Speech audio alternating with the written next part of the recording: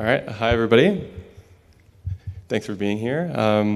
This talk's going to be about a future that I see for how we could be programming neural networks. And to start, I want to begin with some observations about why I think programming languages are important. The first, I think, is pretty obvious, which is that they help us build stuff. But the second, I think, is more subtle, which is that they also help us understand things. And the crux of my talk and my position is that I think we've made so much progress when it comes to programming neural networks on the first thing, on building things, but maybe not so much on the second. And I'm interested in a future where we get better at that problem. And to kind of make this point a bit more clear, I want to take a brief kind of digression into history. So this computer on the left is the IBM 650, and the code on the right is implementing a matrix multiplication, but people back then would actually write in machine code that looked like this. And what's interesting about the machine code is that it was certainly good enough to help you build things, but maybe relative to the languages that we have today, it wasn't so good at helping us understand the IBM 650. And by understand, what I really mean is your ability to predict and control the behavior of some system. And so with higher level languages, what they're allowing us to do is not only build stuff, but also predict and control the behavior of very, very complicated machines. And the necessity of building languages, not only or writing languages for building things, it wasn't obvious that you also needed to build languages for understanding things. And there's a very famous exchange now between John von Neumann, who you see on the left, and John Backus on the right, where they're having a meeting in the early 50s, around when the IBM 650 was around. And John Backus is introducing the Fortran language to von Neumann. And famously, after the meeting, von Neumann says, in response to the Fortran programming language, why would you need more than machine language? And the machine language he's talking about really is the machine code that we saw on that previous slide. And so this wasn't a fringe view that von Neumann had. This was really a commonplace perspective on whether we really needed high-level programming languages, or rather languages for understanding these systems. And the main reason why this was the case was for two reasons. One, it wasn't clear you could even build compilers for these languages. And two, even if you could, were you going to emit efficient code? And that was a really big problem for a long time. One last thing about this is that the irony in the statement is, of course, that John Backus would go on to win the Turing Award precisely for his work on the Fortran programming language. And the reason he got the Turing Award was because, one, he solved some very hard problems with generating actually usable code from a high-level programming language. But I think the other reason why he got the Turing Award is that Fortran really is a language for understanding things. It's not just about building things.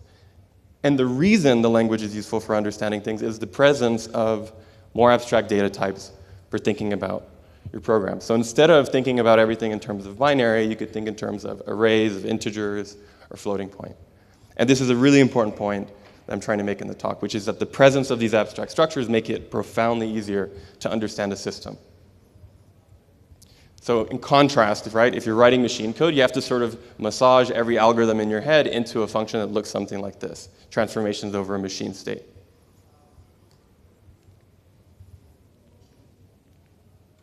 But with Fortran, you had the ability to think in more abstract terms. And it's the availability of these discrete structures, both in Fortran and in languages that would follow. Oh, I have to do like an interesting thing to make this work. That would make it easy to understand systems. And so now this brings me to my point with respect to programming neural networks, which is that I think if I could condense in one slide the history of programming neural networks, it's really been about making it as easy as possible to write down functions that look like this, and as easy as possible to learn functions that look like this. But the issue with functions that look like this is that they're not necessarily useful for understanding the underlying network. And I think traditionally we think of this as maybe a problem for the neuroscientists or for the machine learning people. But I think actually we have a very good toolkit in programming languages for thinking about how to build abstractions on top of all kinds of things. And so the position I have in my talk is I think we should be building languages that introduce the same kinds of abstract discrete structures we're used to in our ordinary programming languages, but with respect to programming a neural network. And I don't mean the whole thing, so I don't think like the whole neural network should be some like discrete algorithm, but at least parts of the behavior of these systems could be and certainly can be specified by discrete algorithms. But the core problem with doing this is that neural networks need to be composed of differentiable functions.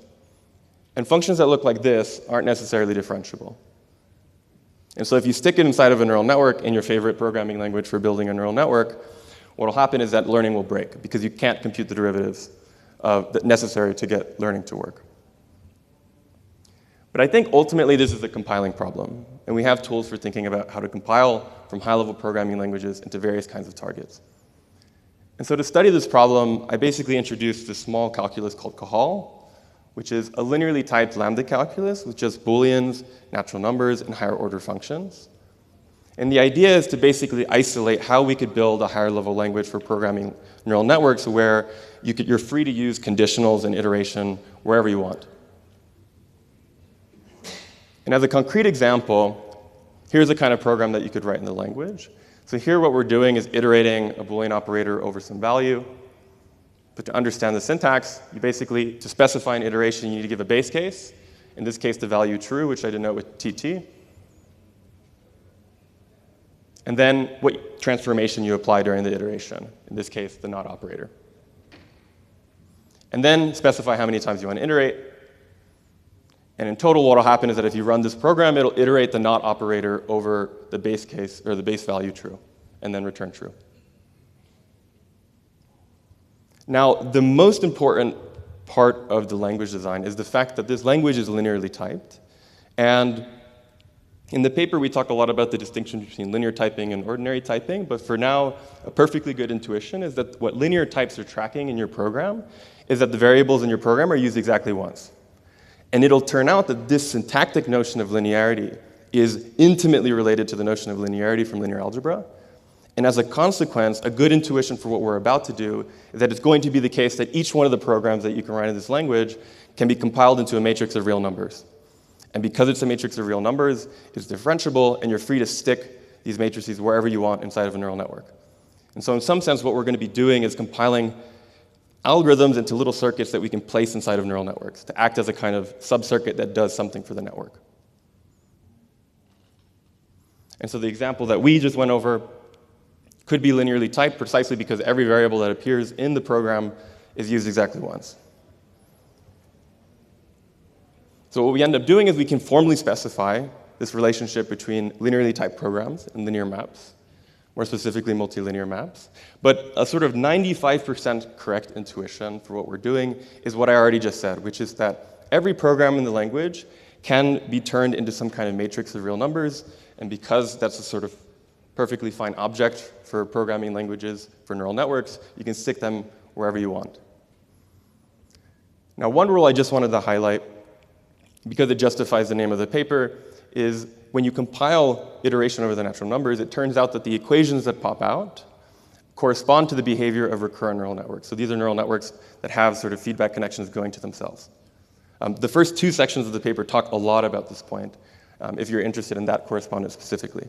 But I think the greater point of the paper is you have a language where every program can be turned into a matrix, and this matrix can be put inside of a neural network. And so we end up checking that this correspondence holds with a compiler correctness theorem. And in short, what we're trying to do in the theorem is check, it's starting from the position of you know how programs behave in the source language, you know how they evaluate and how they don't evaluate. That's a sort of top arrow to the right and top arrow to the left. And based on that understanding, you want to be able to predict what the compiled code is going to do, or that compiled matrix. Right? And if you can do that, then the compiler correctness theorem goes through. And the lemma that does really most of the heavy lifting in this proof is the one on the bottom right, which kind of justifies the intuition that I've been gesturing out throughout this talk, which is just that programs, when they're compiled, actually are multilinear maps, or if you want, just think of them as matrices. Now, the compiler correctness proof tells us that these matrices, in some sense, implement our source algorithms. But what the theorem doesn't tell us is that if we stick these matrices inside of a neural network, it's actually going to be useful. That's a much, much harder notion of correctness. And so to probe that notion of correctness, we do some experiments in the paper. So I'm just going to briefly talk about one of the experiments we did, but we have several in the paper. And for this task, what we're doing is we're going to ask a neural network to transform an image. But if the input image is even, we just want it to do identity. If it's odd, then we want it to apply an iterative blur to the image. So if the input image is a 3, apply the blur 3 times. If it's 5, do it 5 times, so on and so forth. And what's nice about this task is that there's some discrete structure. We clearly have intuitions about how to specify. There's a conditional, there's some iteration. But there's also some kind of messier structure that neural networks are quite good at figuring out, like detecting if the input image is even or odd, or applying or learning a kind of iterative blur. And I should also say that this is not meant to be some kind of like engineering benchmark. We're sort of trying to figure out how to build these like weird compilers and then trying to design experiments to like poke at what they can do. And so what you can do to solve this task is you can set up a model where you compile a program from Cajal. And what will happen is that this turns into some matrix, again, that you can just place into a network. But I've highlighted in red the free variables that will eventually be instantiated by the outputs of some other neural network. So what you can think of this as doing is that you're specifying part of the behavior of some neural network, and there's sort of other neural networks supplying the values for even and for blur and for digit.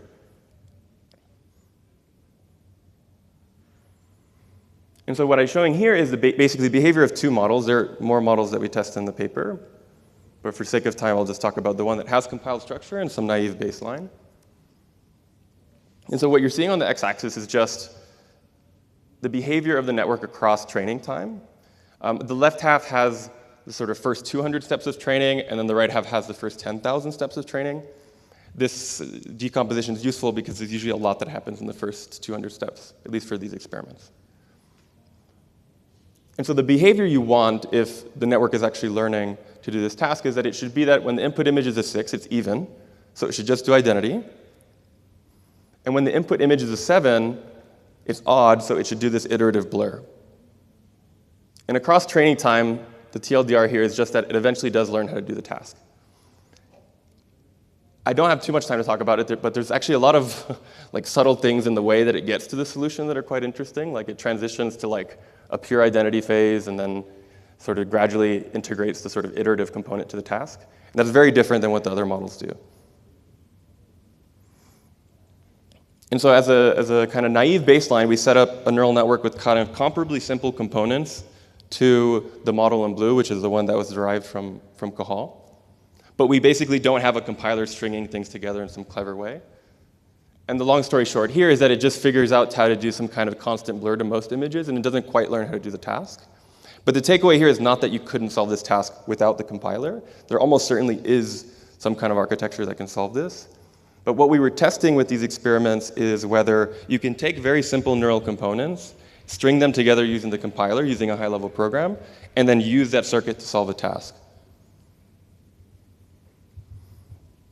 And so, in summary, the kinds of results and the things that I'm learning from these experiments in the paper, not just from this work, but basically every experiment I've done in my PhD, is that you can certainly, for very small networks, compile sort of simple algorithms into them. And gradient descent is like amazingly good at figuring out that there's this like weird circuit that you've put into the network. And so long as it's relevant to the task at hand, it can find that circuit and use it to solve a task. And so in the time since PLDI, I've been doing this with transformers as well, getting similar results. And I think the thing that I'm most excited about is figuring out how to scale up these ideas for much, much bigger systems. So not just kind of small algorithms and small networks, but how would you compile some algorithm into an LLM with billions or trillions of parameters, and also what algorithm would you compile? So for most of the experiments I've done through my PhD, it's been about compiling something like a sorting algorithm or some kind of reversal algorithm. But of course, LLMs are solving many, many tasks. So what's the right kind of discrete structure? I'm really excited about compiling the kinds of combinators that you find in the standard libraries of functional programming languages, like fold or scan. The idea being that compiling those programs as matrices you embed inside of a network, they'll have this kind of generic algorithm for solving a variety of tasks, the same way that you can use fold and scan to solve a variety of problems in functional programming. And with that, happy to take questions, and thank you again for your time.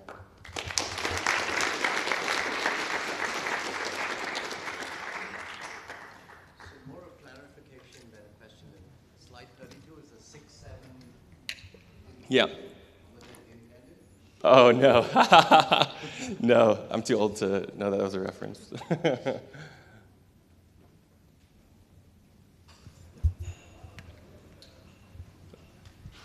I guess, yeah, go ahead. Hi, Harry Goldstein, University at Buffalo. Great talk, thank you so much. I guess the alternative to this kind of thing is to have the neural network output functions and have it solve problems by outputting functions. Can you talk a little bit about why the function being compiled into the network gives us advantages?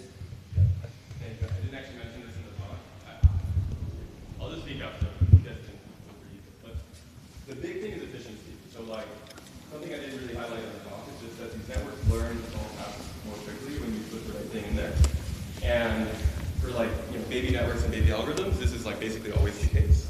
But what would be crazy is if you compile something like Fold into an LLM, and then it needs half as much of the data to get the same performance. I mean, that would be crazy, right? But it is basically the result suggested by every experiment I've done in my PhD, right? But of course, there's a bunch of engineering and systems problems that I know I'm going to run into at scale that I haven't had to touch so far in the work that I've done, because I've been mostly working with small networks.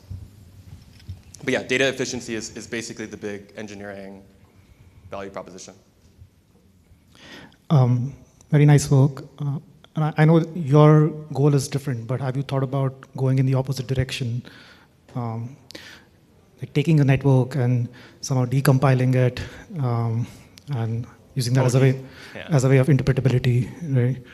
Yeah, I used to be very interested in this, and also I remember answering a question from Harry a couple of years ago, actually related to decompiling. I think, so I have some background. I used to be a neuroscientist, and I got interested in PL exactly because I thought the techniques could be useful for understanding neural networks. I think decompiling an arbitrary neural network might be completely doomed, but what might not be, and the reason is just that the neuroscientists have been going hard at understanding neural networks for a long time, and there are some really thorny issues there. And I think the idea that you can go into a subcircuit, we should run. Oh yeah, maybe we should run. Actually, we should evacuate. Yeah. Anyway, it's really hard. It's really hard. So, but it is very interesting, and I'd love to talk about it offline. Yeah. Let's thank the speaker again.